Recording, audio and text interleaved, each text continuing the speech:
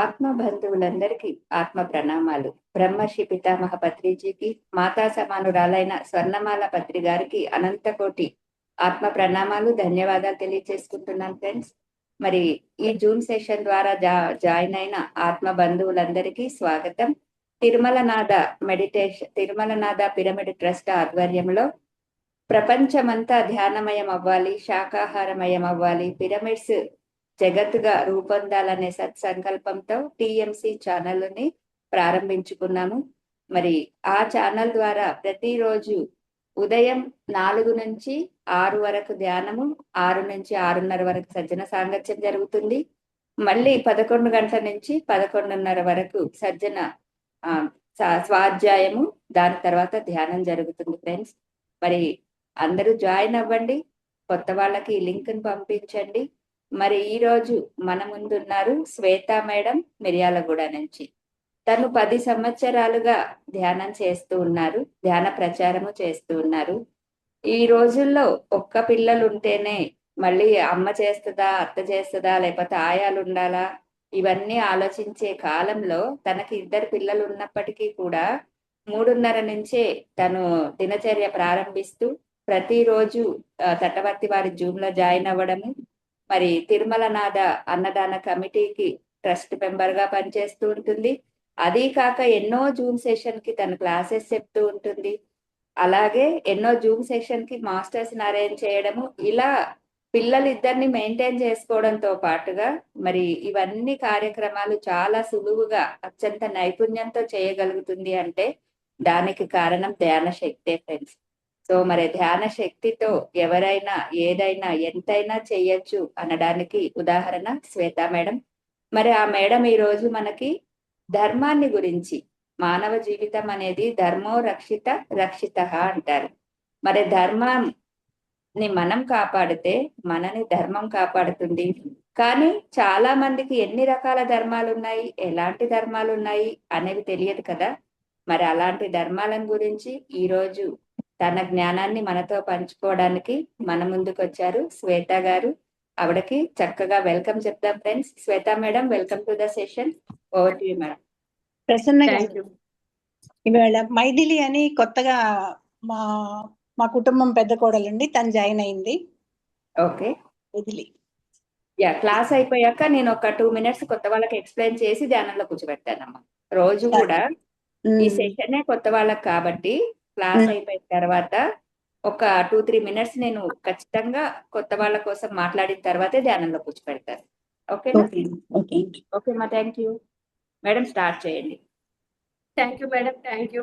ముందుగా మనందరి గురువైన బ్రహ్మర్షి పితామహ పత్రిజీ దంపతులకు హృదయపూర్వక ధన్యవాదాలు. అలాగే ప్రతిరోజు ఎంతో అద్భుతమైన ఆత్మజ్ఞానం బోధిస్తున్న తటవర్తి దంపతులకు కూడా హృదయపూర్వక ధన్యవాదాలు. నాకు ఇంత చక్కని అవకాశం ఇచ్చిన తిరుమలనాథ మెడిటేషన్ ఛానల్ టీం అందరికి హృదయపూర్వక ధన్యవాదాలు. అలాగే ఈ జూమ్ సెక్షన్ లో వింటున్న వారికి కూడా హృదయపూర్వక ధన్యవాదాలు. నా పేరు శ్వేత. మేడం నా గురించి చాలా ఎక్కువ చెప్పింది కానీ ఏమి చేయను. నా మాది కూడా. ఈ రోజు నేను చెప్పబోయే టాపిక్ ఏంటి అంటే తటవర్తి రాజలక్ష్మి మేడం రాసిన బుక్ బుద్ధుని పంచశీలలు.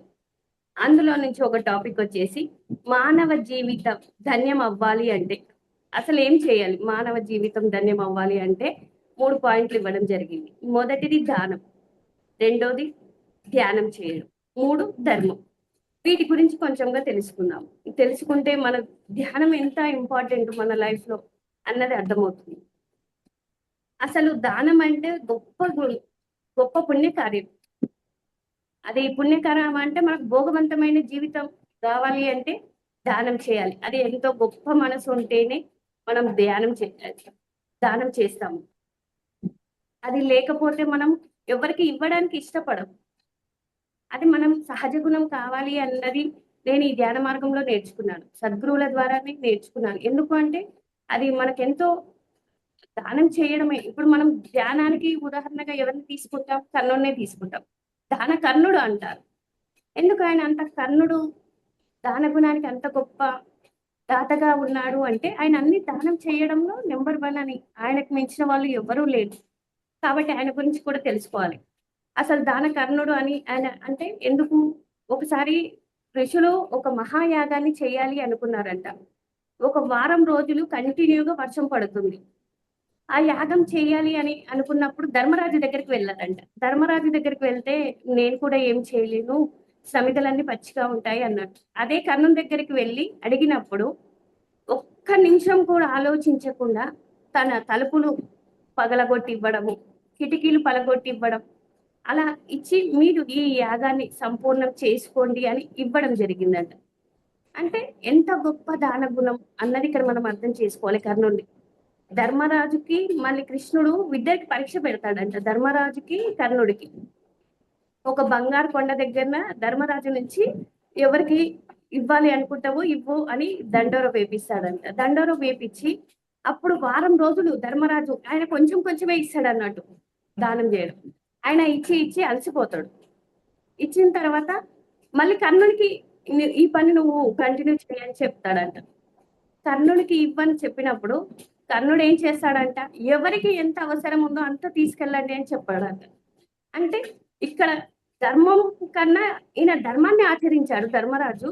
కర్ణుడు దానం ఇవ్వడంలో ఎంత గొప్ప దానం చేశాడు అన్నది మనం ఇక్కడ తెలుసుకోవాలి. అంటే ఆయన దానానికి ప్రతీకాని కర్ణుడిని అన్నారు.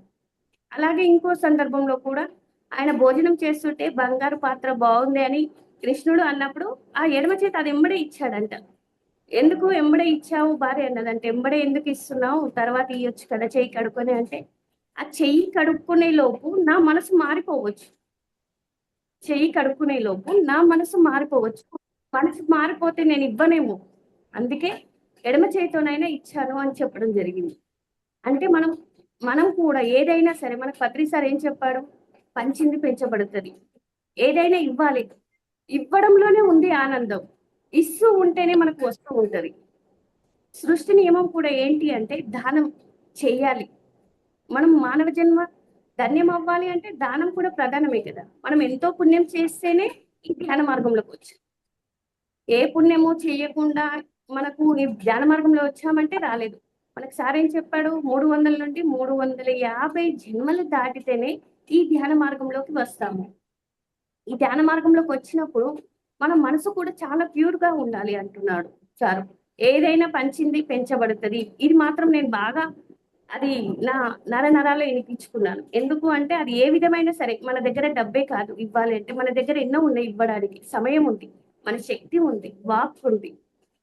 అంటే ఇవన్నీ మనం ఈ ఆధ్యాత్మిక మార్గంలో ఉన్న స్థితి నుంచి ఉన్నత స్థితికి ఎదగాలి అంటే ఇవి మనం ఇవ్వచ్చు. అంటే నా సమయం ఉంది కాబట్టి ఇలా క్లాస్ చెప్పగలుగుతున్నాం. అంటే మనకి ఇది ప్రకృతి ఒక అవకాశం ఇచ్చింది అనుకోవాలి. మళ్ళీ నేను చెప్తున్నాను అంటే కూడా అహంకారం కదా. అంటే నాకు ప్రకృతి ఒక అవకాశం ఇచ్చింది. ఇలా మనం ఇవ్వడానికి ఎన్నో ఉన్నాయి. డబ్బే అనుకుంటారు ఇవ్వాలి, నా దగ్గర డబ్బు ఉంటే ఇస్తాను చేస్తాను అంటారు. కానీ మన దగ్గర ఎన్నో వాల్యుబుల్ అయినవి ఉన్నాయి, ఎంతో విలువ కట్టలేనివి మన దగ్గర ఉన్నాయి ఇవ్వడానికి అన్నది నేను గురువుల సాంగత్యంలోనే తెలుసుకున్నాను. అంటే ఏవైనా ఇవ్వచ్చు కదా. ఇవ్వాలి అంటే మనసు ఉండాలి అంటారు కదా. ఇచ్చే మార్గాలు ఎన్నైనా ఉంటాయి, ముందు మనసు ఉండాలి. ఆ మనసు మనకు సహజమైపోవాలి. మానవ జీవితం ధన్యం అవ్వాలి అంటే ఇవ్వడంలోనే ఉంది. ఇచ్చే వారి చేయి చూడండి ఎప్పుడు పైనే ఉంటది, తీసుకునే వారి చేయి ఎప్పుడు కిందనే ఉంటుంది. అంటే ఇక్కడ కూడా మనం ఆలోచించాలి. అంటే ఇచ్చేవారు ఎప్పుడు పైనే ఉంటారు, తీసుకునే వాళ్ళు ఎప్పుడు కిందనే ఉంటారు. ఇయ్యడంలోనే ఉంది ఆనందం అన్నది కూడా నేను తెలుసుకున్నాను. అటువంటి దానం చెయ్యాలి అంటే గొప్ప మనసు, ఎంతో త్యాగ బుద్ధి ఉండాలి. ధ్యానం వల్లనే పుణ్యం వస్తుంది. కానీ ఈ దానం భగవంతుడు చేయిస్తున్నాడు, నిష్కామంగా చెయ్యాలి అంటున్నాడు. అంటే మనకు శ్రీకృష్ణ భగవానుడు కూడా ఏం చెప్పాడు, నిష్కామ కర్మ చేయమన్నాడు. అంటే ఎలాంటి ఫలితాలు ఆశించకుండా చెయ్యగలగాలి. మనం ఒక పని చేసి ఎక్స్పెక్టేషన్ చేస్తాం. ఇంట్లో ప్రతి వంట దగ్గర నుంచి ఏదైనా అది పర్సెంటేజ్ లో తేడా ఉంది, కానీ 100% నేను కూడా మారినా అని చెప్పాను. నేర్చుకుంటున్నా కదా, కొంచెం కొంచెం మార్చుకుంటున్నా. ఆ మార్చుకోవడం, ఆ మార్పే ధ్యాన ఫలితం అని కూడా తెలుసుకున్నాను. ఏదైనా మనం మార్చుకోవాలంటే ఒకేసారిగా మారలేము కదా. కొంచెం కొంచెంగా మార్పు, పర్సెంటేజ్ లో తేడా ఉంది. మనం నిష్కామంగా చేస్తున్నామా లేదా అన్నది కూడా ఆలోచించుకోవాలి, విచారణ చేయాలి. మళ్ళీ ఇచ్చి దాని గురించి ఆలోచించాము అంటే ఇంకా మనకి ఇంకా అక్కడ నిష్కామంగా లేదు, అక్కడ ఫలితం ఎక్స్పెక్టేషన్ చేస్తున్నాము. సృష్టిలో ఎలా ఉంటుంది నియమము అంటే, ఇప్పుడు 1000 రూపాయలు ఉన్నవాడు 100 ఇచ్చాడంటే సృష్టి నియమం ప్రకారం ఎలా ఉంటుంది? 10% ఇచ్చినాడు. ఆ సృష్టికర్త ఏం చూస్తాడంటే ఎంత పర్సెంటేజ్ ఇచ్చావు నీ దగ్గర ఉన్న దాంట్లో. 1,00,00,000 రూపాయలు ఉన్నవాడు 1,00,000 ఇచ్చాడంటే మనకు బాహ్యంగా ఏం కనిపిస్తది? 1,00,00,000 రూపాయలు ఉన్నవాడు 1,00,000 ఇచ్చాడు, చాలా గొప్పవాడు అని మనం అనుకుంటాం. కానీ సృష్టి నియమంలో ఎలా ఉంటుంది? ఇప్పుడు 1,00,00,000 రూపాయలు ఉన్నవాడు 1,00,000 ఇచ్చాడంటే ఎంత పర్సెంటేజ్ ఇచ్చాడు అక్కడ? 1% ఇచ్చాడు. అంటే 1000 రూపాయలు ఉన్నవాడు 10% ఇచ్చాడు. ఇక్కడ ఎవరు గొప్ప వాళ్ళు అనుకుంటారు? సృష్టికర్త చేతలో ఎవరైతే గొప్ప వాళ్ళు అంటే, ఈ 1000 రూపాయలు ఉన్న వాళ్ళు 100 ఇచ్చారు చూడు, వారు గొప్పవాళ్ళు. ఎందుకంటే 10% ఇచ్చారు వాళ్ళ దగ్గర ఉన్న దాంట్లో. 1,00,00,000 రూపాయలు ఉండి కూడా 1,00,000 ఇచ్చాడంటే అక్కడ 1% ఇచ్చాడు. సృష్టికర్త అది చూస్తాడు. మనం ఏది ఎంత ఇస్తున్నాము, దానం చేస్తూ కూడా ఎలాంటి మనం ఫలితం ఆశించకుండా ఇవ్వగలగాలి. ఆ స్థాయికి రావాలి అంటే మనలో ఎంతో సాధన ఉండాలి. అది సహజత్వంగా ఉండాలి. అది సహజత్వం అయిపోవాలి అన్నది కూడా నేను ఈ ధ్యాన మార్గంలోనే తెలుసుకున్నాను. అలా అని మనం కర్మ చేయకుండా ఉందాము, కర్మ చేస్తే మనకు ఏమంటారు, కర్మ చేయకుండా ఉంటే బాగుంటదిగా. ఇప్పుడు మనం ఉదయం లేచినా కానీ నైట్ పడుకునే వరకు ఎన్నో పనులు చేస్తూ ఉంటాం. అప్పుడు మనకు కర్మ వస్తుంది, మాటల ద్వారా కానీ చేతల ద్వారా కానీ వస్తుందని కూర్చుంటున్నాం అనుకో, అదేమంటారు? సోమరితనం అంటారు. కర్మ చేయాలి, మనం కర్మజీవులు. కర్మ చేస్తూనే మనం ఈ కర్మ నుంచి బయటపడే మార్గంలో ఉన్నాము అన్నది కూడా అర్థమవుతుంది. అంటే ఫలితం ఆశించొద్దు అన్నది కూడా నాకు ఈ దానం చేసిన దాంట్లో అన్నది ఈ పాయింట్ నాకు బాగా అర్థమైంది. నిష్కామంగా చేయాలి. శ్రీకృష్ణ భగవానుడు చెప్పినట్టుగా మనం ఆచరించగలుగుతున్నామా లేదా అన్నది విచారణ ద్వారా మొదలవుతుంది అన్నది అర్థమైంది. అంటే మనం చేసినప్పుడు దాన్ని వదిలిపెట్టేసేయాలి. ఇంకా ఏదైనా సరే మనం ఎంత ఇస్తే అంతే వస్తుంది. ఏది ఇవ్వకుంటే అసలు ఏమీ రాదు. ముందు మనకి ఏంది కావాలి అన్నా ఇచ్చే అర్హత, ఇస్తేనే అర్హత వస్తుంది. మనం అనుకుంటాం కొంతమందికి కోట్లు ఉన్న వాళ్ళు ఉన్నారు, పుట్టుకతోనే కోటీశ్వరుడు వాడు అంటే ఎందుకు కోటీశ్వరుడు అయ్యాడు? గత జన్మలో తన పుణ్యఫలంలో పుణ్యం చేశాడు, భోగవంతమైన బాగా పుణ్యాలు చేశాడు కాబట్టి ఈ జన్మలో ధనవంతుని కుటుంబంలో జన్మ తీసుకున్నారు. పేదవారుగా జన్మ తీసుకున్నారు అంటే వాళ్ళు ఏమి దానం ఇవ్వలేదు కాబట్టి వాళ్ళు పేదవారిగా జన్మ తీసుకున్నారు. ఇప్పుడు అంబానీ మనవడు పుట్టాడు అనుకో, ఆయన ఏదో మనం ఏమనుకుంటాం, గొప్ప ఇంట్లో పుట్టాడంటే అది కాదు. గత జన్మలో ఆయన ఎంతో పుణ్యం చేసుకొని ఉంటే అంబానీ ఇంట్లో మనవడిగా పుడతాడు. ఆయన ఏం కష్టపడని అవసరం లేదు. ఎందుకు? భోగవంతమైన జీవితం, వాళ్ళు ఆల్రెడీ పుణ్యం చేసుకున్నారు కాబట్టి ఆ భోగవంతమైన జీవితం అనుభవిస్తారు. అది ఒక కూల వాళ్ళ ఇంట్లో జన్మ తీసుకున్నాడు అనుకో, ఎలా ఉంటుంది? ఏమీ దానం చేయలేదు, గత జన్మలో ఏం చేసుకోలేదు కాబట్టి ఇప్పుడు పేదవారిగా అనుభవం పొందడానికి ఆ జన్మ తీసుకున్నాడు అన్నది అర్థమవుతుంది. అంటే ఇదన్నీ కూడా మనం ఏదైనా సరే ఇస్తేనే వస్తుంది, ఏది ఇవ్వకపోతే ఏది రాదు అన్నది నాకు అర్థమైంది. కర్మ చెయ్యకపోవడం అన్నది సోమరితనం. కర్మ ఫలితం భగవంతునికి అర్పించడం కర్మ సన్యాస యోగం అన్నాడు. ఎప్పుడు కూడా కర్మలు వదలకూడదు, కానీ కర్మ ఫలాన్ని వదలాలి. అప్పుడే మీరు యోగి కాగలరు. అంటే దానం చేయడంలో అంటే మనం ఆ ఫలితాన్ని వదలగలిగినప్పుడే మనం నిష్కామంగా ఏది చేసినా నిష్కామంగా చెయ్యగలగాలి అన్నది దానం అన్న పాయింట్లో నాకు ఇది అర్థమైన పాయింట్ ఇది. అలాగే ధ్యానం చేయాలి, రెండో పాయింట్. ధ్యానం అంటే మనం ఎప్పుడు ఎన్నో చింతలతో ఉంటాం చూడండి. పుట్టినప్పటి నుంచి ఎన్ని చింతలు. చిన్నప్పుడు బాల్యం చింతనే ఉంటది, తర్వాత చదువు, యవ్వనంలోకి వచ్చినాక చదువు చింత, తర్వాత ఇంకో కొంచెం ప్రౌఢభ్యంలో వచ్చినాక ఉద్యోగం అనేవి. అంటే ప్రతిరోజు మనకు ఎన్నో వయసు నుంచి కూడా ఎన్నో చింతలు ఉన్నాయి. ఆ చింతలన్నీ వదలాలి. చింతలు అంటే ఆలోచనలు. ఈ ఆలోచనలన్నీ వదలగలగాలి అంటే మనకు పత్రిసారు బోధించిన శ్వాస మీద ధ్యాస ధ్యానం ప్రతిరోజు చెయ్యాలి. అనునిత్యం చేయమన్నాడు గురువు గారు. ఆ చింతలు పోగొట్టుకోవాలి, మనసు ఖాళీ కావాలి అన్నాడు. అది ఖాళీ ఎలా అవుతుంది? ధ్యానం చేస్తేనే మనసు ఖాళీ అవుతుంది కదా. ఆలోచన రహిత స్థితి రావాలి అన్నారు. అది ఎలా వస్తుంది? మనం శ్వాసని గమనిస్తూ ఉన్నప్పుడు రాను రాను ఫస్ట్ ఒక 50 ఆలోచనలు ఉన్నాయి. ధ్యానం చేస్తూ ప్రతిరోజు క్రమం తప్పకుండా ధ్యానం చేస్తున్నప్పుడు 50 ఆలోచనలు 40కి వస్తాయి, 40 కాస్త 30కి వస్తాయి, 30 కాస్త 20కి వస్తాయి, 20 కాస్త 10, తర్వాత శూన్యం. అప్పుడు మనం శూన్య స్థితిలోనే బుద్ధి వికసిస్తుంది. బుద్ధి వికసించినప్పుడు మనం ఏ పని చేయాలి, ఏది చేయకూడదు, ఏది చేస్తే సరి అయినది, ఏది సత్యమైంది, ఏది అసత్యమైంది అన్నది తెలుస్తుంది. అంటే ధ్యానం చాలా ఇంపార్టెంట్. ఈ ధ్యానం అన్న పదం మనం వినాలంటే కూడా 300 జన్మలు దాటి ఉండాలి అని చెప్తాడు సార్. అంటే మనం అంతా వింటున్నాం, చేస్తున్నాము అంటే ఎంతో అదృష్టవంతులమని చెప్పాలి. ఎంతో మంది ఉన్నారు, ఇప్పుడు కోట్ల మంది ఉన్నారు, కోట్ల మంది ధ్యానం చేస్తున్నారా? చేయట్లేదు. అర్హత ఉండాలి మనకి ఇక్కడ ధ్యానం చేస్తున్నాము. ఆ ధ్యానం చేస్తున్నాము అంటే ఎంత గొప్ప పని అన్నది అర్థమవుతుంది. సార్ వాళ్ళు ధ్యానం గురించి, గురువు గురించి చెబుతూ ఉంటే ఎంత గొప్ప మార్గంలో ఉన్నాము అని అర్థమవుతుంది. ఎన్ని కష్టాలే రాని, ఎన్ని సమస్యలే రాని, ఇవన్నీ మనం గత జన్మలో చేసుకున్నాయి అని అర్థమవుతుంది.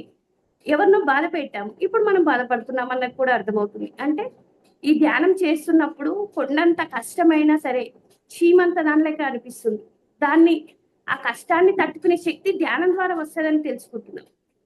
కష్టం లేకుండా ఉండదా అంటే ఉంటది, అట్లా ఏముండదు, ఉంటది. కానీ దాన్ని తట్టుకునే శక్తి ఈ ధ్యాన మార్గంలో ఉంది. ధ్యానం చేస్తున్న వాళ్ళకే తెలుసు ఆ అనుభూతి ఎలా ఉంటుంది. అంటే ఎవరు సరైన ధ్యానం చేస్తారో వారికి బాగా అర్థమవుతుంటది. మనం సరికాని ధ్యానాలు కాదు చేయవలసి, సరి అయిన ధ్యానమే చేయాలి.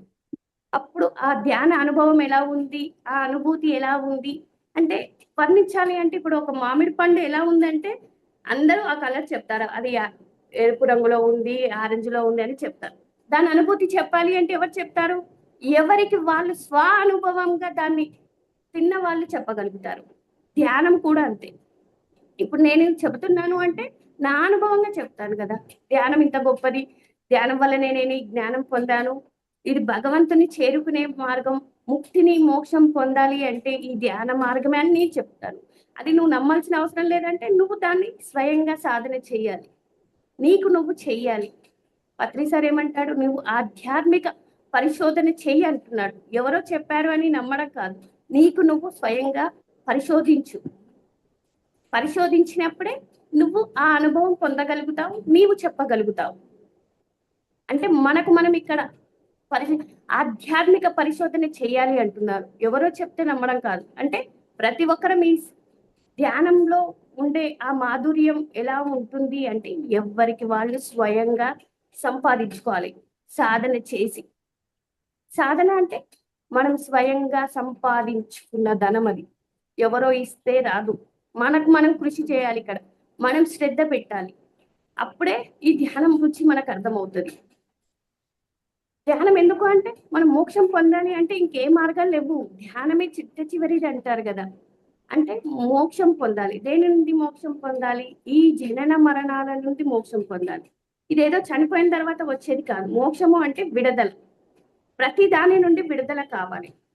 అది మనం బతికుండగానే ఆ ఆనంద స్థితి మనం అనుభవించే స్థితి. అంటే అది కేవలం శ్వాస మీద ధ్యాస, ధ్యానం ద్వారా మాత్రమే ఆ స్థితి పొందగలుగుతాం. మిగతా వాటిల్లో పొందలేము అని నా స్వానుభవంగా చెప్పగలుగుతాను. ఎందుకు అంటే ధ్యానం ఎంత గొప్పది, ఎంత గొప్ప మార్గంలో ఉన్నాము అన్నది నేను అర్థం చేసుకున్నాను. మనం ముక్తి పొందాలి, జన్మలేని స్థితి పొందాలి అంటే ఈ భూమి మీద ఈ శరీరాన్ని ఉండగానే ఈ శరీరాన్ని సృష్టించిన సృష్టికర్త గురించి తెలుసుకునే మార్గం ఈ శ్వాస మీద ధ్యాస ధ్యానం అని నాకు అర్థమైంది. అంటే మనం ఎంత గొప్ప మార్గంలో ఉన్నాం. ఇది అంటే ఈ ధ్యానం ఎంత గొప్పది. ప్రతి ఒక్కరికి ధ్యానం అన్నది చాలా చాలా ఇంపార్టెంట్. మనం ఆ చింతల నుంచి బయటపడాలి అంటే, చింత లేకుండా ఉండగలగాలి అంటే ధ్యానమే, ఇంకేమీ లేదు.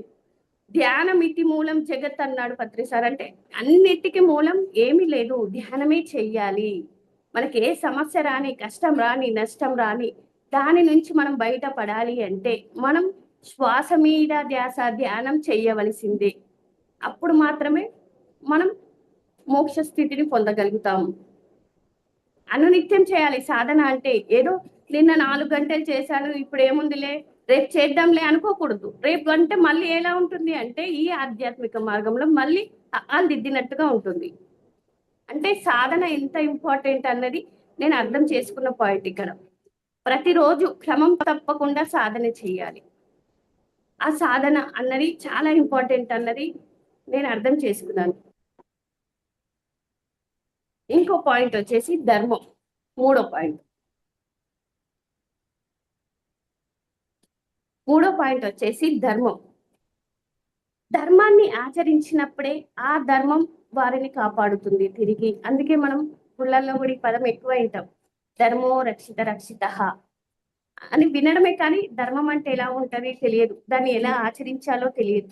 అసలు మేడం అయితే చిన్న చిన్న వాటిలో మనం ధర్మంగా ఎలా జీవించాలని చెప్తుంది. ఎట్లా అంటే ఇప్పుడు కూరగాయలు కొంటాం, కరేపాకు అడుగుతాం, అది ఆ ధర్మం అంటది మేడం. అంటే చిన్న చిన్న విషయాల్లో కూడా ధర్మం అని మనం ఎలా ఆచరించాలి అన్నది నేను తెలుసుకున్నాను. ఈ ధ్యాన మార్గంలో ధర్మం చాలా ఇంపార్టెంట్. మనకు సత్యం, ధర్మం రెండు ఉంటాయి. ధర్మాన్ని ఆచరిస్తేనే మోక్షం వస్తుంది. దీని గురించి ధ్యాన మార్గంలోకి వచ్చాకే తెలుసుకుంటాం. మానవ జీవితం యొక్క అర్థం ధర్మాన్ని పాటించడమే అని రాముల వారికి వశిష్ఠుల వారు బోధించాడు. ఏమని అంటే, వేదాల్లో 2 భాగాలుగా ఉన్నాయి. మొదటి భాగం మొత్తం ధర్మాన్ని గురించి ఉందంట. రెండవ భాగం సర్వాంతర్యామి అయిన భగవంతుని గురించి తెలుసుకోవడం అని ధర్మంలో ఉందంట. ఇది వశిష్ఠుల వారు రాముడికి బోధించాడంట వశిష్ఠామృతంలో. మీరు ధ్యానంలో ఉంటూ భగవంతుని గురించి తెలుసుకోవాలి అంటే ఈ ధర్మానికి కూడా 2 భాగాలుగా విభజించడం జరిగింది. సామాన్య ధర్మం, విశేష ధర్మం. సామాన్య ధర్మంలో 4 పాయింట్లు ఉంటాయి. ఏంటి అన్నది తెలుసుకుందాం. విశేష ధర్మంలో మనం ఆచరించవలసిన 5 పాయింట్లు ఉంటాయి. సామాన్య ధర్మంలో 4 భాగాలు ఏంటి అంటే, సామాన్య ధర్మం, లౌకిక ధర్మం, వైదిక ధర్మం, ప్రకృతి ధర్మం. ఈ ధర్మాల గురించి కొంచెంగా తెలుసుకుందాం. ఎందుకంటే ఇది మనకు ఈ సబ్జెక్ట్ అనేది చాలా ఇంపార్టెంట్ అయిన సబ్జెక్ట్. మానవ జీవితం ధన్యం అవ్వాలి అంటే వీటి గురించి కూడా తెలుసుకోవాలి, 4 ధర్మాల గురించి కూడా. సామాన్య ధర్మం ఏంటి అంటే, మీరు ఆనందించాలని ఎలా అనుకుంటారో ఇతరులు కూడా అలా ఆనందంగా ఉంచగలిగినప్పుడే అది సామాన్య ధర్మం అంటారు. సామాన్య ధర్మము అంటే ఇప్పుడు మనం ఆనందంగా అన్నాడు జీసస్ క్రైస్ట్, ఏమన్నాడు? ఇరుగు పొరుగును ప్రేమించండి అన్నాడు. మనం ఏమనుకుంటాం, ఇరుగు పొరుగు అంటే పక్కనున్న వాళ్ళని ప్రేమించాలేమో అని మనం అనుకుంటాం. అది కాదు. ఇరుగు పొరుగు అంటే ఏ జీవి కూడా హింసించకూడదు, అంటే ప్రతి జీవిలో భగవంతుడు ఉన్నాడని తెలుసుకుంటున్నాం. ప్రతి జీవి, ఏ జీవి కూడా హింసకు గురి కావద్దు. చిన్న చేపలోనైనా అదే భగవంతుని ప్రతిరూపం ఉంది, ఈ మానవుల్లో అయినా అదే ఉంది, వృక్షాల్లో అయినా అదే ఉంది, క్రిమికీటకాలు మనకు చెప్తారు 84 లక్షల జీవరాశుల్లో ఉన్నది ఆత్మ చైతన్యం, అంటే ఆ భగవంతుడే ఉన్నాడు. కాబట్టి ఏ జీవిని హింసించకూడదు. ప్రతి జీవిలో భగవంతుడు ఉన్నాడు. భగవంతుడు ఉన్నాడు కాబట్టి వాటిని హింసించకూడదు అంటున్నారు. ఆ హింస చెయ్యకూడదు. హింస చేస్తే ఏమొస్తుంది? హింసే వస్తుంది. కర్మ సిద్ధాంతం తెలుసుకుంటున్నాం కదా. ఏది చేస్తే అది, మంచి చేస్తే మంచి ఉంటది, చెడు చేస్తే చెడే వస్తుంది. ఏది చేస్తే అదే వస్తుంది. హింస చేస్తే ఏముంది? పాపము, రోగాల రూపంలో మనం అనుభవించాలి. అంటే ఇవన్నీ హింస వల్లనే. ఇవన్నీ సామాన్య ధర్మంలో ఉంటుంది. మనం ఆనందంగా ఉండాలి, ఇతరులను కూడా ఆనందంగా ఉంచగలగాలి అంటే, ఈ లోకంలో అందరూ ఆనందంగా ఉండాలి అంటే జీవ హింస మానిపించాలి. ప్రతి ఒక్కరి బాధ్యత ఇది. ధ్యాన జగత్తు, శాకార జగత్తు, పిరమిడ్ జగత్ కావాలి అంటే మన వంతు ఇక్కడ మనం చెయ్యాలి. ఏ జీవికి మనం హాని చెయ్యకూడదు. ప్రతి జీవిలో భగవంతుడే ఉన్నాడని శ్రీకృష్ణ భగవానుడే చెప్పడం జరిగింది 10వ అధ్యాయం 20వ శ్లోకంలో. అలాగే లౌకిక ధర్మం గురించి తెలుసుకుందాం. అంటే తల్లిదండ్రుల పట్ల, సోదరి పట్ల, బంధువుల పట్ల, శత్రువుల పట్ల, మిత్రుల పట్ల కూడా ప్రేమగా ఉండగలగాలి. మనకు శత్రువులు ఎవరు లేరు, అందరం ఆత్మలమే, అందరూ భగవత్ స్వరూపులే. అంటే ఇక్కడ మనం మీ వాళ్ళు, మా వాళ్ళు ప్రాపంచికంగా ఉన్నప్పుడు ఇవన్నీ ఉంటాయి. కానీ ధ్యాన మార్గంలో వచ్చినాక అందరూ ఒక్కటే. పర్సెంటేజ్లో మార్పు తెచ్చుకుంటున్నాం, కొంచెం కొంచెంగా మారుతున్నాం. అందరినీ ఒకేసారిగా మారానా అంటే మారలేదు. కొంచెం కొంచెం నాలో మార్పు తెచ్చుకుంటున్నాను. అంటే మీ శత్రువుని కూడా ఆత్మ అంటే భగవంతుడు అని మీరు తెలుసుకోవాలి. వాళ్ళు ఎంత శత్రుత్వం ఉన్నా వాళ్లకు హాని తలపెట్టకూడదు. అదే రాముడు వశిష్ఠుల వారికి బోధించారు. అలా ఉండగలగడమే లౌకిక ధర్మం. అంటే ఈ ధర్మంలో ఎలా ఎవరు శత్రువులు కూడా మనం ప్రేమించగలగాలి అన్నది ఈ లౌకిక ధర్మంలో నాకు అర్థమైన పాయింట్. అలాగే 3వ పాయింట్ వచ్చేసి వైదిక ధర్మం. వైదిక ధర్మం అంటే ఇది స్వర్గ సుఖాల కోసం చేసే ప్రయత్నం. ఇక్కడ ఏం చేస్తారంటే యజ్ఞయాగాదులు చేస్తారు. ఈ యజ్ఞయాగాదుల వల్ల ఎవరు కూడా మోక్షం పొందలేరు. అంటే స్వర్గం వరకే వెళ్ళగలుగుతారు, కానీ మోక్షం వెళ్ళలేరు వైదిక ధర్మాన్ని ఆచరించే ప్రయత్నం చేసేవారు. కానీ ఇక్కడ మనకు ఏంటి, పుణ్యం చేస్తే స్వర్గం వరకు వెళ్తారు. మనకి ఏం చేయాలి, ఇక్కడ ముక్తి కర్మలు చేస్తే సత్యలోకానికి చేరుకుంటాం. సత్యలోకం అంటే మనం పూర్ణాత్మ ఉన్నది అదే కదా, మనం వెళ్ళవలసిన అది కూడా సత్యలోకమే కదా.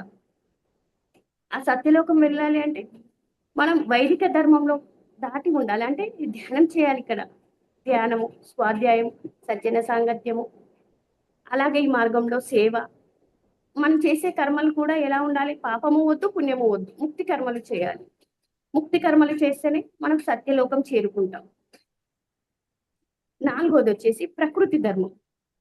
ఇక్కడ ఈ ప్రకృతి ధర్మం ఏంటి అంటే, ఈ ధర్మంలో తప్పులు చేసిన వారికి మనకి ఇక్కడ కోర్టులో ఎట్లా అయితే తప్పు చేసిన వారికి శిక్ష పడుతుందో, ఆ శిక్ష పడితే ఎలా ఉంటుంది, శరీరానికి శిక్ష.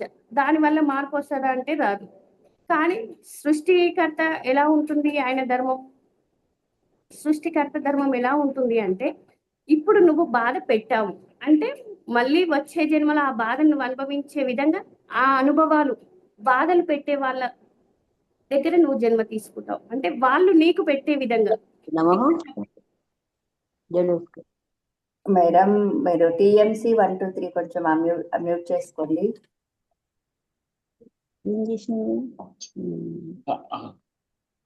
నాకు చెప్పరా, జన్మలో మీరు ఎవరిని బాధ పెట్టకూడదు అని అనుభవాన్ని తెచ్చుకుంటారు. అప్పుడు మీ చుట్టూ వాళ్ళు బాధ పెట్టారు అంటే, ఇప్పుడు మనం బాధ పెట్టాము అంటే మళ్ళీ జన్మలో మనకి ఏముంటది, ఎవరిని బాధ పెట్టకూడదు అని మనకు అలా మార్పు తెచ్చుకుంటాం అన్నట్టు.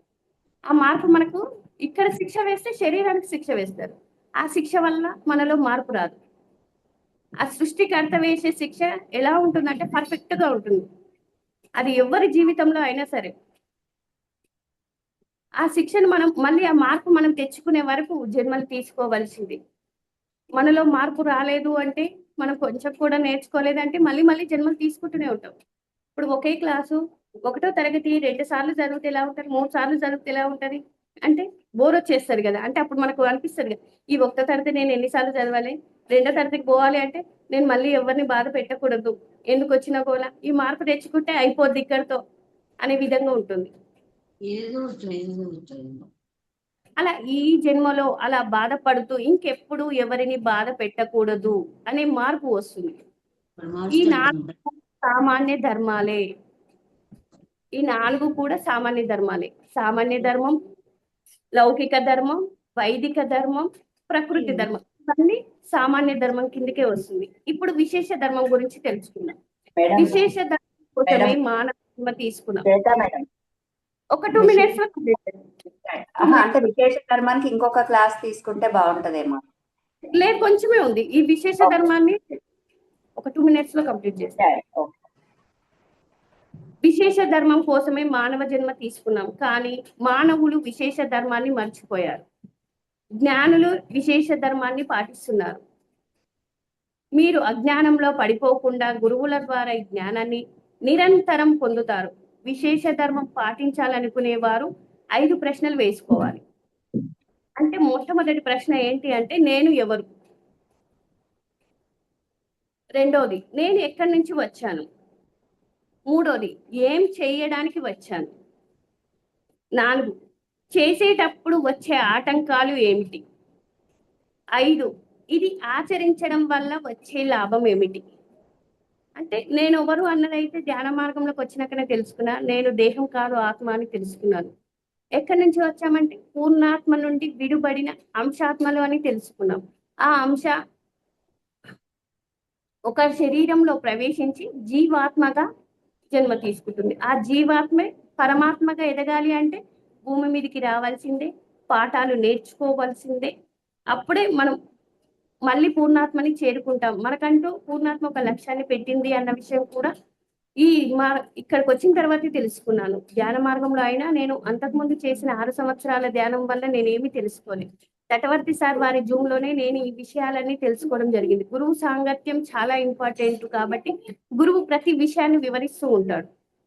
అప్పుడు తెలుసుకున్నాను, ఎంతో కొంత ఆచరించే ప్రయత్నం కూడా చేస్తున్నాను.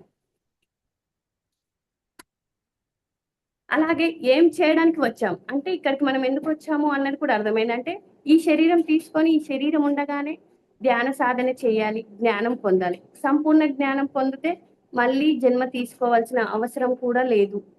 సత్యలోకం చేరుకున్నాక మళ్ళీ ఇక్కడికి రావాల్సిందంటే అది మన ఇష్ట ప్రకారమే ఉంటది. అలా కొంతమంది ఒక పత్రిసార్ లాంటి వాళ్ళు ఎన్లైట్మెంట్ పొందిన వాళ్ళే చేయగలుగుతారు అన్నది కూడా తెలుసుకున్నాం. దేనికోసం అంటే నేను దైవాన్ని అని తెలుసుకోవడానికి ఈ జన్మ అన్నట్టు. అలాగే 4వ పాయింట్, చేసేటప్పుడు వచ్చే ఆటంకాలు ఏంటి అంటే విశేష ధర్మం పాటించేటప్పుడు వచ్చే పెద్ద ఆటంకాలు ఏంటి? మనసు. ధ్యానంలో కూర్చున్నప్పుడు ఏం చేస్తుంది? మనకు ఆలోచనలే వస్తాయి, గతం గురించి కానీ భవిష్యత్తు గురించి కానీ. ఇవి వచ్చినాయి, మనసు ఆలోచిస్తూ ఇబ్బంది పెడుతుంది. జాగ్రత్త అవస్థలో చూసినవన్నీ మనసులో నిక్షిప్తమై ఉంటాయి. అవే ధ్యాన మార్గంలో ఆలోచన రూపంలో వస్తాయి. ఇదే పెద్ద ఇబ్బంది. అంతే, ధ్యానంలో కూర్చున్నాము అంటే మనకు ఆలోచనలే ఇబ్బంది పెడతాయి. అంటే ఆలోచనలు రాకుండా ఉండాలి అంటే దాన్ని అనునిత్యం చేస్తూ ఉండాలి అన్నది అర్థమైంది. మరి ఇది ఆచరించడం వల్ల వచ్చే లాభం ఏమిటి అంటే నేనెవరో తెలుస్తుంది, ఎందుకు వచ్చానో తెలుస్తుంది, కర్మ సిద్ధాంతం తెలుస్తుంది, ఎక్కడి నుండి వచ్చానో తెలుస్తుంది, ఎక్కడికి వెళ్ళాలో తెలుస్తుంది. అందుకే ధ్యానం వల్ల జ్ఞానం అన్నారు, జ్ఞానం వల్లనే ముక్తి మోక్షం అన్నారు. అంటే ఇవన్నీ మనకు వచ్చేవి లాభమే కదా. అంటే ఇప్పుడు మనం జ్ఞానం గురించి తెలుసుకుంటున్నాం, ఇవన్నీ కంటికి కనిపించని విషయాల గురించి ఎంత అవగాహన చేసుకుంటే అదే జ్ఞానం అన్నాడు సార్. ఇంకేమన్నాడంటే జ్ఞానం అంటే నువ్వు దేహం కాదు ఆత్మ అని తెలుసుకోవడం కూడా జ్ఞానం అన్నాడు. అంటే మనం మొత్తంగా మారామా అంటే లేదు, కొంచెం కొంచెంగా మార్పు తెచ్చుకుంటున్నానని చెప్తాను పర్సెంటేజ్లు. మానవ జన్మ అన్నది ధ్యానం చేయడానికి, అందుకే విశేష ధర్మాన్ని ప్రతి మానవుడు పాటించాలి. బాహ్యంలో సామాన్య ధర్మాన్ని ఆచరించాలి, అంతరంలో విశేష ధర్మంలో ఉండాలి. అంటే విశేష ధర్మం అంటే నేను ఆత్మ, నేనే కాదు అందరూ ఆత్మ అన్నట్టుగా అంతరంలో ఉండాలి. బాహ్యంలో సామాన్య ధర్మాల్ని ఆచరిస్తూ ఉండాలి అన్నది నేను తెలుసుకున్నాను. మనం ఈ ధర్మాల గురించి ఇవి ఎంత ఎక్కువగా తెలుసుకొని వీటి మీద మనం ఎంత పట్టు సాధిస్తే మనం ఈ ధ్యాన సాధనలో ఉన్నంతగా ఎదుగుతాము అని నాకు అర్థమైంది. నాకు ఇంత చక్కని అవకాశం ఇచ్చిన తిరుమలనాథ పిరమిడ్ ట్రస్టీ సభ్యులందరికీ హృదయపూర్వక ధన్యవాదాలు. అలాగే ఈ జూమ్ సెక్షన్ లో వింటున్న వారికి కూడా హృదయపూర్వక ధన్యవాదాలు. ఇంత అద్భుతమైన జ్ఞానాన్ని బోధించిన తటవర్తి దంపతులకు కూడా హృదయపూర్వక ధన్యవాదాలు. Thank you madam, thank you. Thank you madam, thank you. మళ్ళీ ఇంకొకసారి విశేష ధర్మం గురించి కంప్లీట్ గా ఇంకొక సెషన్ తీసుకుందరు, ఓకేనా? ఎందుకంటే ఓన్లీ మనము చెప్పడం కాదు, ఎక్స్ప్లెనేషన్ కూడా కావాలి కదా. సో ఫ్రెండ్స్, అర్థమైంది అనుకుంటాను. చాలా చక్కగా ధర్మో రక్షిత రక్షిత, ధర్మాన్ని మనం రక్షిస్తే ధర్మం మనం రక్షిస్తుంది అని. మరి ధర్మాన్ని ఎలాంటి ధర్మాలు ఉంటాయి అని, దాంట్లో మనం ఎక్కడున్నాము అనేది మనకు చాలా చక్కగా అర్థమయ్యేటట్టుగా మేడం ఎక్స్ప్లెయిన్ చేశారు. మరి మన సెషన్ ఏంటి అంటే మేజర్ గా కొత్త వాళ్ళ కోసం కాబట్టి ప్రతిరోజు కొత్త వాళ్ళు జాయిన్ అవుతూనే ఉన్నారు. సో కొత్త వాళ్ళ కోసం ఒక 2 minutes ఎక్స్ప్లెయిన్ చేస్తాను. ఏంటి అంటే ధ్యానం అనేది కొత్త పద్ధతి కాదు. ఇది ఎవరైనా ఎప్పుడైనా ఎక్కడైనా ఎంతసేపు అయినా ఎన్నిసార్లైనా చేయొచ్చు. దీనికి నియమాలు నిష్టలు ఏవి లేవు ఫ్రెండ్స్.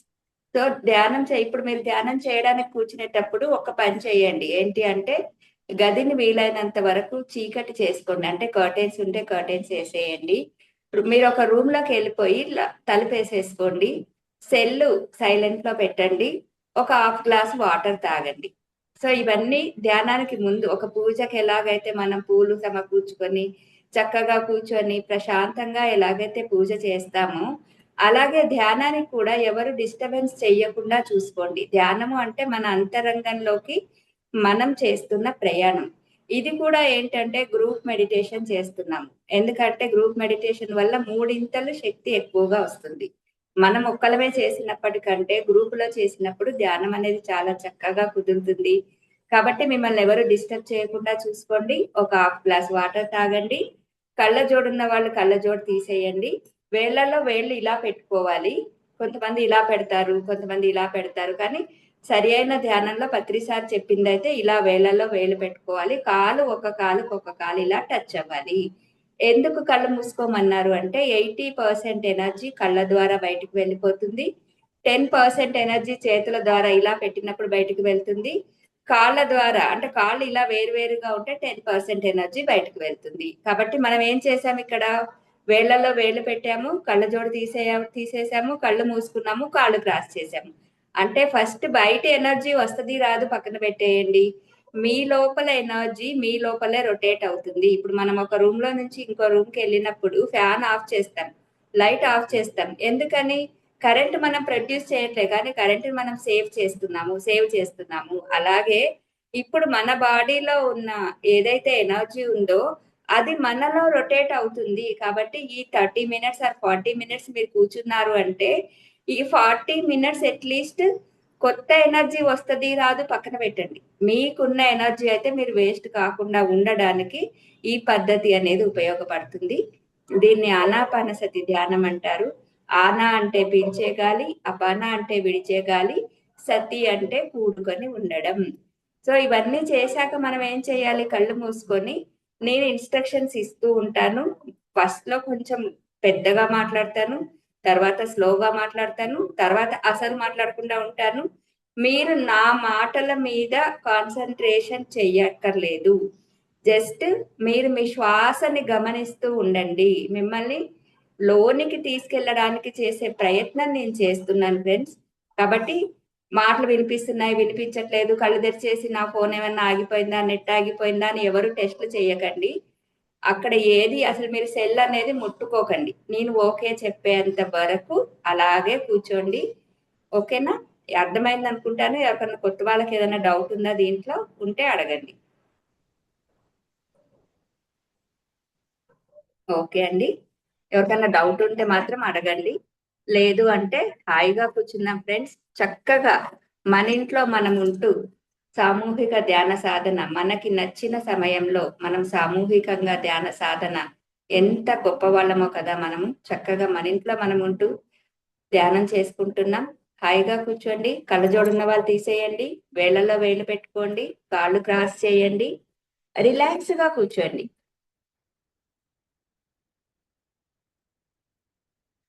శ్వాసని గమనిస్తూ ఉండండి. మీ లోనికి వెళ్ళే శ్వాస, బయటికి వెళ్ళే శ్వాస. బాహ్య ప్రపంచాన్ని మరిచిపోదాం, కుటుంబాన్ని మరిచిపోదాం, సమస్యలని మరిచిపోదాం. మన అంతరంగంలోకి ప్రయాణం చేద్దాం.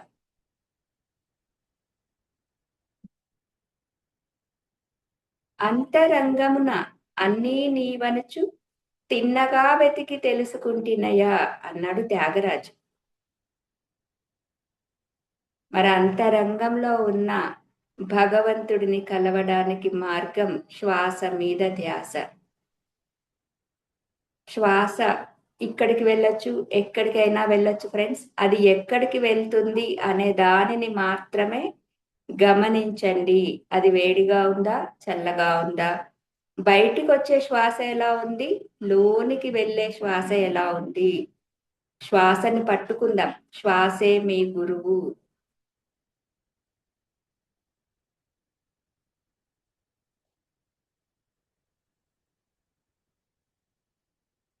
సహజమైన, సరళమైన, స్వాభావికమైన శ్వాసధారతో ఏకమవుదాం.